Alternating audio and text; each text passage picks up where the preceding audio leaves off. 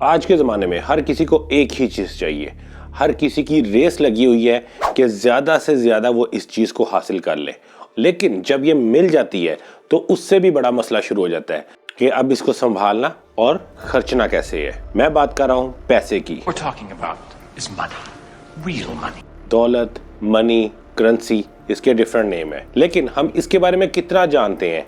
ये कैसे बनी, कैसे ये लोगों के यूज़ में आई, इसकी हिस्ट्री क्या है, कैसे लोगों ने चीज़ के बदले चीज़, जानवरों के बदले जानवर एक्सचेंज करना छोड़ के पैसों के एक्सचेंज की तरफ आए, कैसे उन्होंने करेंसी को ईजाद किया, इसकी इनोवेशन कैसे की। आज इस वीडियो में हम यही जानने की कोशिश करेंगे कि कैसे दुनिया की सबसे पहली करेंसी बनी, कैसे कौन कौन सी करेंसीज दुनिया में चलती रहीं, ये सिक्के कहाँ से आए, ये पेपर नोट कहाँ से आए और इनसे पहले कौन सी करेंसी किस शेप में यूज़ हुआ करती थी। तो शुरू करने से पहले चैनल को जल्दी से सब्सक्राइब कर लें, क्योंकि आखिर पे तो आपने सब्सक्राइब कर ही लेना है, क्योंकि इस चैनल पे मिलती हैं आपको इन्फॉर्मेटिव वीडियोस जिसमें आपको पूरी दुनिया की हिस्ट्री, टेक्नोलॉजी, स्पेस, साइंस, हर किस्म की वीडियोस एक ही जगह मिल जाएंगी, क्योंकि बुक्स पढ़ने का तो आजकल किसी के पास टाइम है नहीं। तो जल्दी से चैनल को सब्सक्राइब करें, बेल आइकन पे क्लिक कर दें और अगर वीडियो आखिर में पसंद आ जाए तो इसको लाइक या ना पसंद आए तो डिसलाइक भी करके जाइएगा। करेंसी की जो शुरुआत है ये होती है आज से 3000 साल पहले, तकरीबन 1200 BCE बिफोर क्राइस्ट। और जो करेंसी दुनिया में सबसे पहले यूज की गई थी वो किसी के ज़हन गुमान में भी नहीं होगी, कॉरी शेल्स।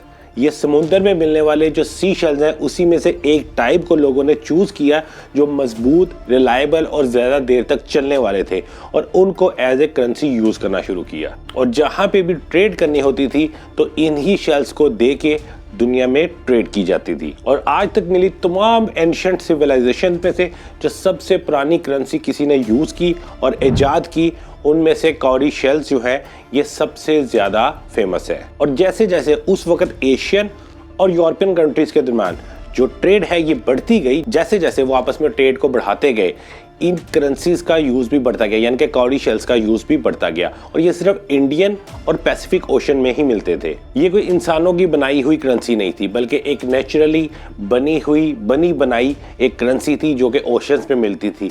बहुत से शेल्स में से सिर्फ एक ही टाइप को चूज़ किया जाता था एज ए करेंसी यूज़ करने के लिए। लेकिन दुनिया में मिली आज तक नेचुरल सोर्स से बनी हुई करेंसीज में सिर्फ कॉरी शेल्स ही यूज़ नहीं हुए। इसके अलावा भी बहुत सी सिविलाइजेशन ने बहुत से वक्तों में नेचुरल सोर्सेज से बनी हुई जो करेंसीज हैं इनको यूज़ किया। जैसे कि नेटिव अमेरिकन नॉर्थ ईस्ट में भी उसी वक्त में, यानी कि 3000 साल पहले, इसी तरह की एक नेचुरल सोर्स से बनी हुई करेंसी यूज़ किया करते थे। और वो इससे सबसे ज़्यादा मिलती जुलती इसलिए थी क्योंकि जो बीड्स, जो ट्यूबुलर शेप के बीड्स वो एज ए करेंसी यूज़ करते थे, वो भी कॉरी शेल से ही बने होते थे। यहाँ शेल से बने हुए बीड्स को यूज़ किया जाता था और इनको कहा जाता था वैम्पम शेल्स या वैम्पम बीड्स। और ये एज ए करेंसी और एज ए कल्चरल सिग्निफिकेंस दोनों के लिए यूज़ किया जाते थे। और इसी तरह कुछ मिली यूनिक करेंसीज में से एक है फिजन आइलैंड की वेल टीथ से बनी हुई करेंसीज। ये वेल के दांतों को कार्व करके एक ख़ास शेप में बनाया जाता था और इनको एज ए करेंसी उस वक्त यूज़ किया जाता था। ना सिर्फ ये एज ए करेंसी यूज़ होता था, बल्कि ये जिसके पास जितना ज़्यादा होता था वो उतना पावरफुल, वेल्थी, और उनकी उस वक्त की सोसाइटी में इसकी एक कल्चरल वैल्यू भी थी। और अगर यूनिक करेंसीज की बात करें तो इससे ज़्यादा यूनिक करेंसी आज तक नहीं मिली। ये मैसिव किस्म के लाइमस्टोन रिंग्स, ये जो कॉइन की शेप में बड़े बड़े स्टोन के बने हुए रिंग्स हैं, इन्हें भी एक वक्त पे याप आइलैंड पे एज ए करेंसी यूज़ किया जाता था। याप आइलैंड माइक्रोनेशिया का ही एक पार्ट है और किसी दौर में इन बड़े बड़े लाइम स्टोन्स को एज ए करेंसी यूज़ करते थे और इन्हें कहा जाता था राई स्टोन्स या राई स्टोन्स। इनका वेट और इनकी जो भी साइज़ है, ये देख के सोचने की बात तो ये है कि इनको ये रखते किस पॉकेट में थे और ट्रेडिंग के लिए एक दूसरे को देते किस तरह थे और चोरों से बचाते कैसे थे। अब थोड़ा टाइम में आगे बढ़ते हैं और कॉइन्स की तरफ आ जाते हैं। नेचुरल सोर्सेज से बनी हुई करेंसी से बाहर आते हैं और बात करते हैं जो फर्स्ट टाइम दुनिया में कॉइन्स बनाए गए। और इन एंशिएंट कॉइन्स की खोज हमें आहिस्ता आहिस्ता ले आती है बेबीलोन की तरफ, जहाँ पे 17th सेंचुरी BCE में पहली बार मेटल के कॉइन्स बनाए गए। इन्हें पहली बार किंगडम ऑफ लीडिया, जिसको आजकल हम तुर्की भी कहते हैं, वहां पे बनाया गया। इसे 17th सेंचुरी BC के उस टाइम लीडिया के जो किंग थे एलियाटस, उनके थ्रू बनाया गया था, उनके ऑर्डर पे बनाया गया था। और ये पहली बार इलेक्ट्रम से बनाए गए थे। इलेक्ट्रम एक ऐसी धातु होती है जो सोने और चांदी को मिला के बनाई जाती है और उससे तैयार किए गए थे ये कॉइन्स। लेकिन वक्त में आहिस्ता आहिस्ता आगे जाते हुए इसमें थोड़ी सी चेंजेस और कर दी गई और उस टाइम के उसी किंग जिसने ये पहली बार बनाए, एलियाटस के बेटे ने, जो कि नेक्स्ट किंग था, उसने इस इलेक्ट्रम में से दोनों मेटल्स को अलग किया और गोल्ड कॉइन्स और सिल्वर कॉइन्स को अलग अलग बना दिया ताकि करेंसीज की कुछ वैल्यू हो। अगर आपने हाई वैल्यू चीज़ें खरीदनी हो तो आप गोल्ड कॉइन्स को यूज़ कर सके और अगर आपने लो वैल्यू चीज़ खरीदनी हो तो आप सिल्वर के कॉइन्स को यूज़ कर सके। वक्त आहिस्ता आहिस्ता गुजरता गया और करेंसीज जगह जगह पे चेंज होती गई। इन कॉइन्स ने डिफरेंट शेप्स लेना शुरू की और डिफरेंट मटेरियल्स को एज ए करेंसी कोई भी कॉइन बनाने के लिए यूज किया जाने लगा। और जिन डिफरेंट मटेरियल से ये कॉइन्स बना करते थे उसमें से सबसे यूनिक चीज है एंशिएंट रोम के लेदर कॉइन्स, जो कि जानवरों की जो खाल है उससे मिलने वाले लेदर से कॉइन्स तैयार किए जाते थे। एंशिएंट कार्टेज यानी कि आज का फ्रांस और रशिया, यहाँ पे भी जो कॉइन्स यूज किए गए उस वक्त वो भी लेदर से बने होते थे, क्योंकि इसमें काफ़ी सारे ठंडे इलाके थे जहाँ पे इस तरह के मेटल्स इतने ज़्यादा आम नहीं थे। तो जानवरों की खालों से जो लेदर मिलता था उसको एक ख़ास शेप में कटिंग करके इन कॉइन्स को तैयार किया जाता था और एज ए करेंसी यूज़ किया जाता था। सोच के देखें, इंसानों का पैसे का या करेंसी का या मनी का लालच जो है वो यहाँ तक ले आया कि उन्होंने जानवरों की खाल को भी पैसा बना के यूज़ करने की किसी न किसी ज़माने में कोशिश की और उसमें वो एक हद तक कामयाब भी हुए और एक ज़माने तक इसकी खाल से बने कॉइन्स को यूज़ करते रहे। जिस वक्त ये लेदर के कॉइन्स यूज़ किए जा रहे थे सारी दुनिया में या ठंडे इलाकों में, उसी वक्त चाइनीज़ के किंग वुडी ने अपनी ज़ाती जो वाइट स्टैग यानी कि सफ़ेद हिरन की जो कलेक्शन थी उनकी खालों से कुछ ख़ास लेदर के कॉइन्स बनवाए और उन कॉइन्स को बड़ी ही ज़बरदस्त किस्म की कार्विंग और सजावट के साथ बनाया गया।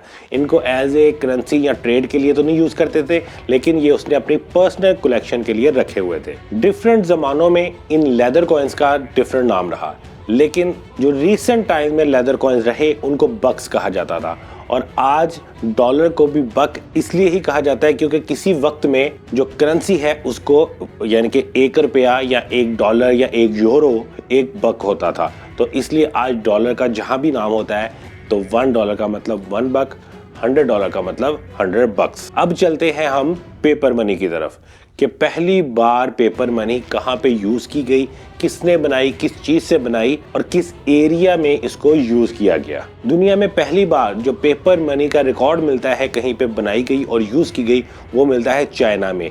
चाइना के उस वक्त के एम्परर ज़ेंगज़ोंग ने 10th सेंचुरी में ही पेपर मनी को दुनिया को इंट्रोड्यूस करवा दिया और 10th सेंचुरी CE से लेके आज तक पेपर मनी यूज होती आ रही है। उस वक्त इस पेपर मनी को, इन पैसों को पहली बार बनाने के लिए मलबरी ट्री की बार्क यानी कि मलबरी ट्री की जो छाल उतरती है, दरख्त की छाल से बनाया गया था।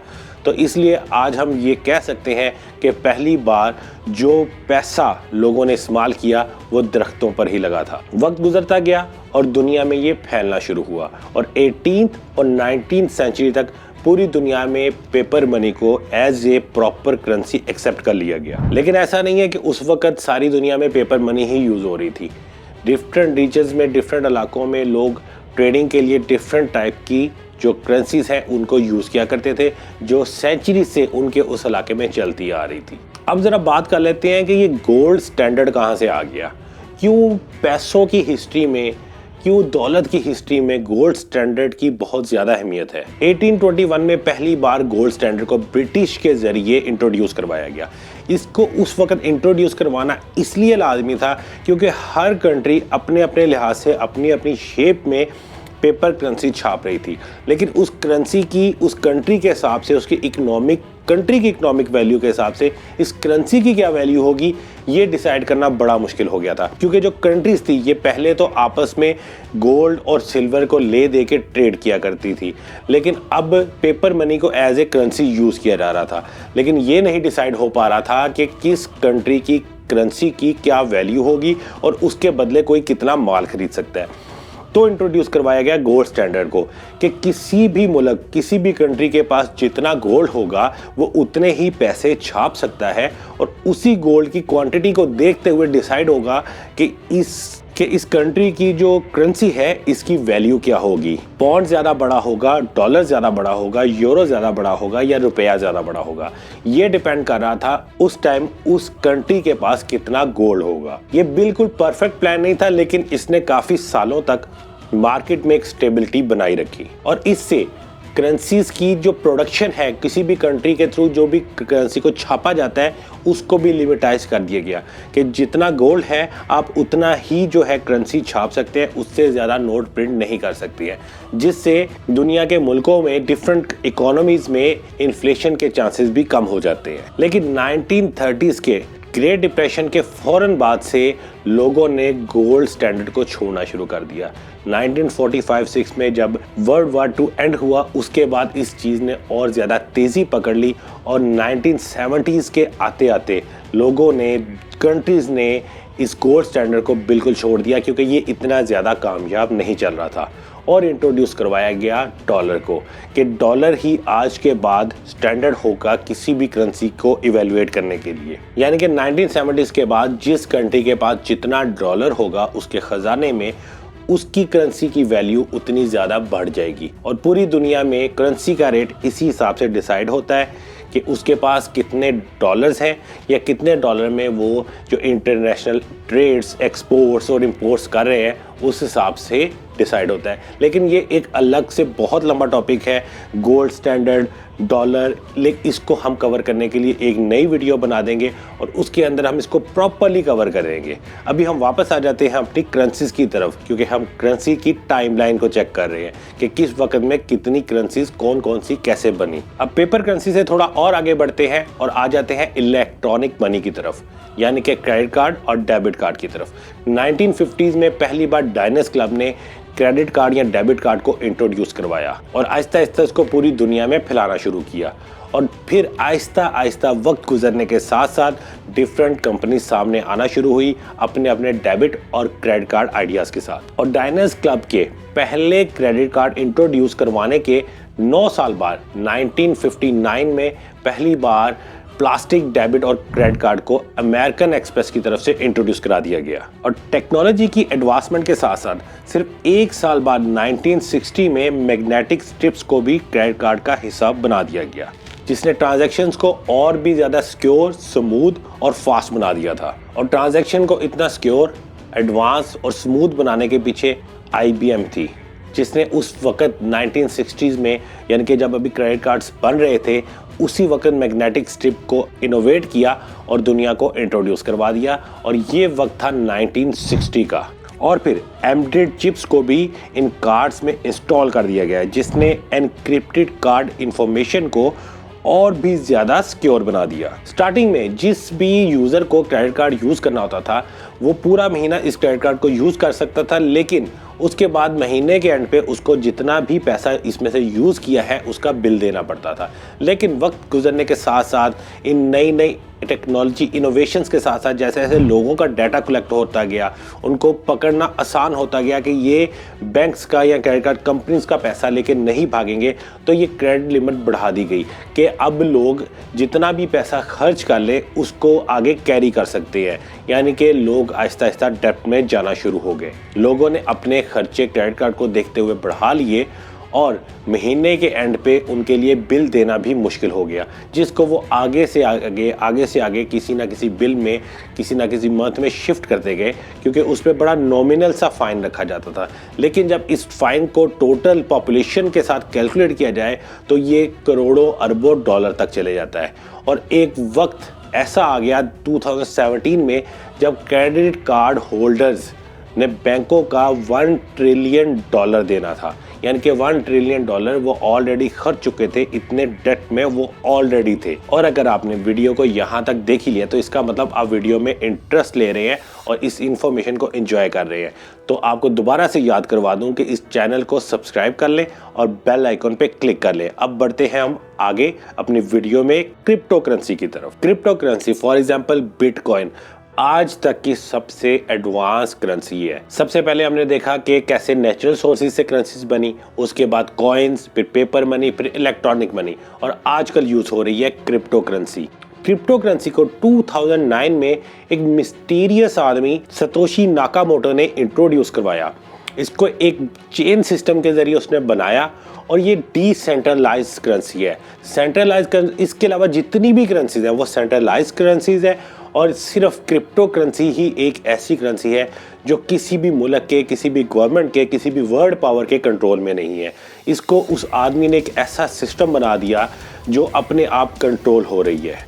क्रिप्टो करेंसी माइनिंग जैसे कम्प्लेक्स सिस्टम में या प्रोसेस में बनती है, और यही सिस्टम इसको कंट्रोल कर रहा है। इसकी ट्रांजैक्शंस, किसके पास कितनी क्रिप्टो है, कितनी नहीं है, और कितनी मज़ीद माइनिंग होके कितना मज़ीद बिटकॉइन प्रोड्यूस करना है, ये भी सारा माइनिंग पे है। लेकिन आसान अल्फाज में एक ऐसा सिस्टम वो बंदा बना गया जो खुद ब खुद कंट्रोल हो रहा है और इसमें कोई एरर भी नहीं है। लेकिन ये एक बड़ा ही लंबा टॉपिक है कि ये माइनिंग क्या है, क्रिप्टो करेंसी कैसे बनी, उसको हम डिटेल में आगे कवर करेंगे। अभी तो हम सिर्फ टाइमलाइन देखने के किस वक्त में कौन सी करेंसी चल रही है। अब माइनिंग से ही मज़ीद क्रिप्टो करेंसी माइन की जाती है, इसे मज़ीद बिटकॉइन बनाया जाता है और इसी से ये कंट्रोल किया जाता है, इसी जो बने बनाए सिस्टम के ज़रिए। लेकिन इसकी एक लिमिट दे दी गई है कि 21 मिलियन से ज़्यादा माइनिंग नहीं की जा सकती, 21 मिलियन बिटकॉइन से ज़्यादा नहीं बनाए जा सकते। और जब ये लिमिट पूरी हो जाएगी, 21 मिलियन बिटकॉइंस बन जाएंगे, उसके बाद दुनिया में जितने बिटकॉइंस होंगे उसी की वर्थ बढ़ना शुरू हो जाएगी। ये ऐसे ही है कि अगर कोई कंट्री मजीद नोट नहीं छाप रही तो जितने नोट उस कंट्री में ऑलरेडी मौजूद है उनकी वैल्यू बढ़ जाए। लेकिन ये पूरा टॉपिक इस छोटी सी वीडियो में कवर नहीं हो सकता, क्योंकि क्रिप्टो करेंसी अपने आप में एक बहुत बड़ा टॉपिक है। इसकी माइनिंग, इसका इंट्रोडक्शन, इसकी सारी डिटेल्स जो है, इसके लिए हम एक नई वीडियो बनाएंगे। आज आपने देखा कि कैसे दुनिया ने नेचुरल सोर्सेज को एज ए करेंसी यूज़ करना शुरू किया। सबसे पहले कैसे समुद्रों से निकले हुए शेल्स को ही एज ए करेंसी यूज़ किया गया, फिर Aahista Aahista coins, leather coins, और उसके बाद पेपर मनी, इलेक्ट्रॉनिक मनी, और आज क्रिप्टो करेंसी तक हम आ गए हैं। कैसे इंसानों ने पैसे को पेड़ों के ऊपर उगाया, कैसे इंसानों ने अपने मफाद के लिए, अपनी करेंसी बनाने के लिए जानवरों की खालों को भी नहीं छोड़ा और लेदर कॉइन्स बना दिए। ये सब कुछ हमने कवर किया इस वीडियो में। अब अगर आपको वीडियो पसंद आई है तो चैनल को सब्सक्राइब कर दें, क्योंकि मैं मिलूंगा अब आपसे नेक्स्ट वीडियो में। Thank you for watching.